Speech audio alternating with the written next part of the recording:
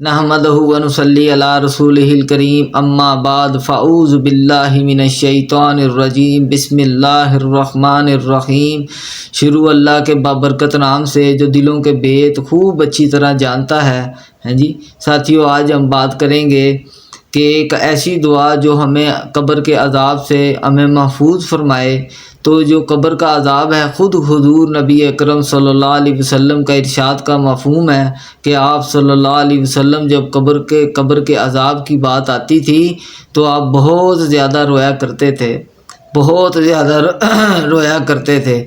یہ جو قبر ہے یا جنت کا باغ ہے یا جہنم کا گڑھا۔ حضرت علی کرم اللہ وجہہ فرمایا کرتے تھے، کمیل قبر عمل کا صندوق ہے اور موت کے وقت بات معلوم ہو جاتی ہے کہ کمیل قبر عمل کا صندوق ہے اور موت کے وقت بات معلوم ہو جاتی ہے۔ حضرت عثمان غنی رضی اللہ تعالیٰ عنہ میرے ساتھیوں جب قبرستان سے گزرتے تھے تو داڑھی مبارک تر ہو جاتی تھی، داڑھی مبارک تر ہو جاتی تھی، یعنی کہ قبر کے عذاب کے خوف سے یہ رویا کرتے تھے، اصحاب رویا کرتے تھے میرے ساتھیوں۔ آج ہماری آنکھوں سے پانی ختم ہو گیا، آج ہمارا رونا ختم ہو گیا۔ اتنی پریشانیوں اور مصیبتوں کے باوجود بھی ہماری آنکھوں سے آنسو نہیں بہتے، ہم اللہ کے سامنے اپنی فریاد کو نہیں رکھتے۔ بڑے دکھ اور بڑے افسوس کی بات ہے۔ تو آج ہم بات کریں گے کہ ایک ایسی چھوٹی سی جو دعا ہے جس کے پڑھنے سے اللہ ہمیں عذاب قبر سے ہماری حفاظت فرمائے گا۔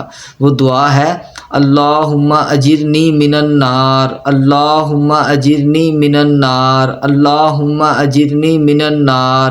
یہ آپ نے فجر کی نماز کے بعد، سلام پھیرنے کے بعد، فجر کی نماز پڑھ لی، اس کے سلام پھیرنے کے بعد آپ نے اللہم اجرنی من النار ایک بار پڑھ لینا۔ پھر مغرب کی نماز کے جو فرض ہیں وہ ادا کرنے کے بعد فرضوں کے سلام کے فوراً بعد ایک بار پھر پڑھ لینا اللہم اجرنی من النار، اللہم اجرنی من النار۔ اس کو پڑھ لینا۔ تو فرمایا کہ اس دن یا رات میں اگر وہ انسان فوت ہو گیا تو انشاءاللہ اللہ جل جلالہ ہما نوالہ اس دعا کی برکت سے اس سے عذاب قبر کو ختم فرما دیں گے، عذاب قبر کو ختم کر دیں گے۔ میرے ساتھیوں، ہم توبہ والی زندگی گزاریں، عاجزی والی زندگی گزاریں، انکساری والی زندگی گزاریں۔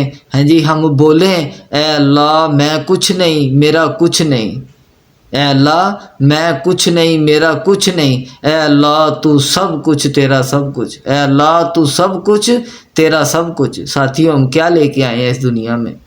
یہ جو آج بہاریں لگی ہوئی ہیں، یہ جو رنگ برنگے ہم کھانے کھاتے ہیں، یہ جو ہم کپڑے پہنتے ہیں رنگ برنگے، یہ کس نے عطا کیے؟ یہ اللہ نے عطا کیے۔ مال و دولت کس نے عطا کیا؟ یہ اللہ نے عطا کیا۔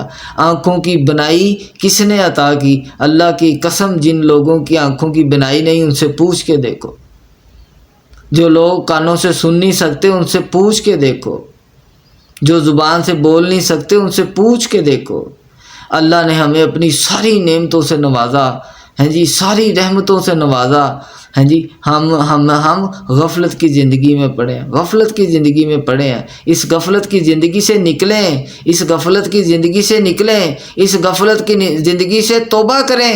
اے اللہ، جس کام اور مقصد کے لیے تو نے مجھے پیدا کیا میں نے وہ کام پورا نہیں کیا، یہ میرا سب سے بڑا جرم عظیم ہے۔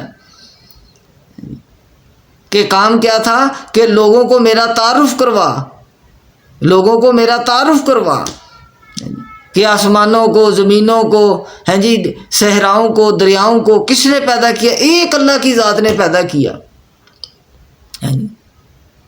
کہ تجھے تو میں نے اپنی بڑائی کے لیے، اپنی بندگی کے لیے پیدا کیا تھا، تجھے تو میں نے لوگوں کے نفع کے لیے پیدا کیا تھا۔ قُلْ هَٰذِهِ سَبِيلِي أَدْعُو إِلَى اللَّهِ، کہ نیکی کا حکم کر اور برائی سے منع کر، تو خود برائی میں مبتلا ہو گیا۔